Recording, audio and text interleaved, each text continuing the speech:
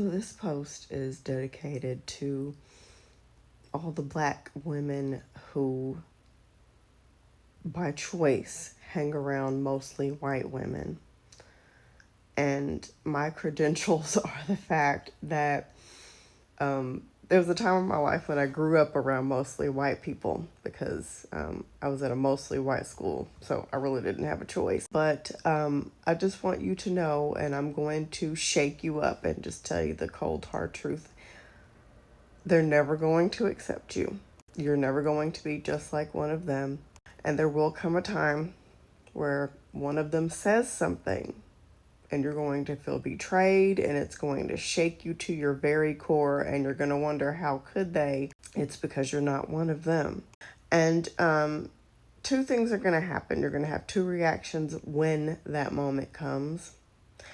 The first reaction is you're going to fall further into the sunken place and you're going to spend your life trying even harder to be accepted by them. And it's never going to work. And you're going to know this. And you're going to further frustrate yourself as you continue to try to do things to win their approval. And it's never going to work.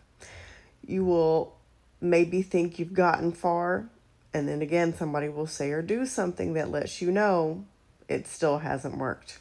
Or you will have an awakening and you will fight for your fucking life to bask in what makes you black girl magic, what makes you amazing, your history, and you will seek out community with other black women.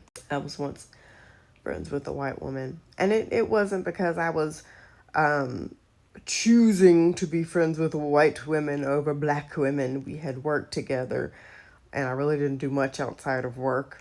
And there were so many things that she had said over the course of that friendship.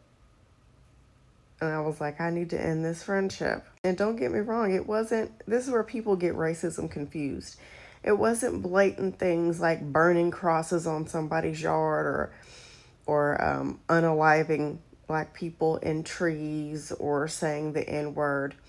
But it was little subtle shits. You know what I'm saying? Or maybe you don't. I knew of this black lady years ago, and she too, at one point, had a white best friend. And she said that friendship ended because a young black man had been murdered.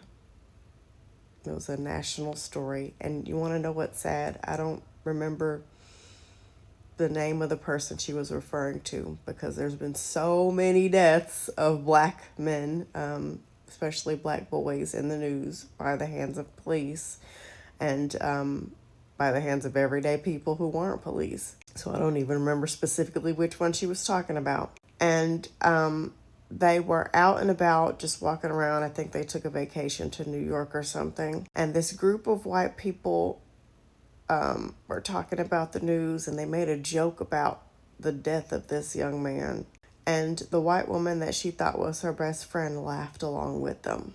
And she couldn't tell you if it was an uncomfortable laugh or whatever the case may be, but she said none of that matters. It was a laugh at a various situation. And she never spoke to her again after that.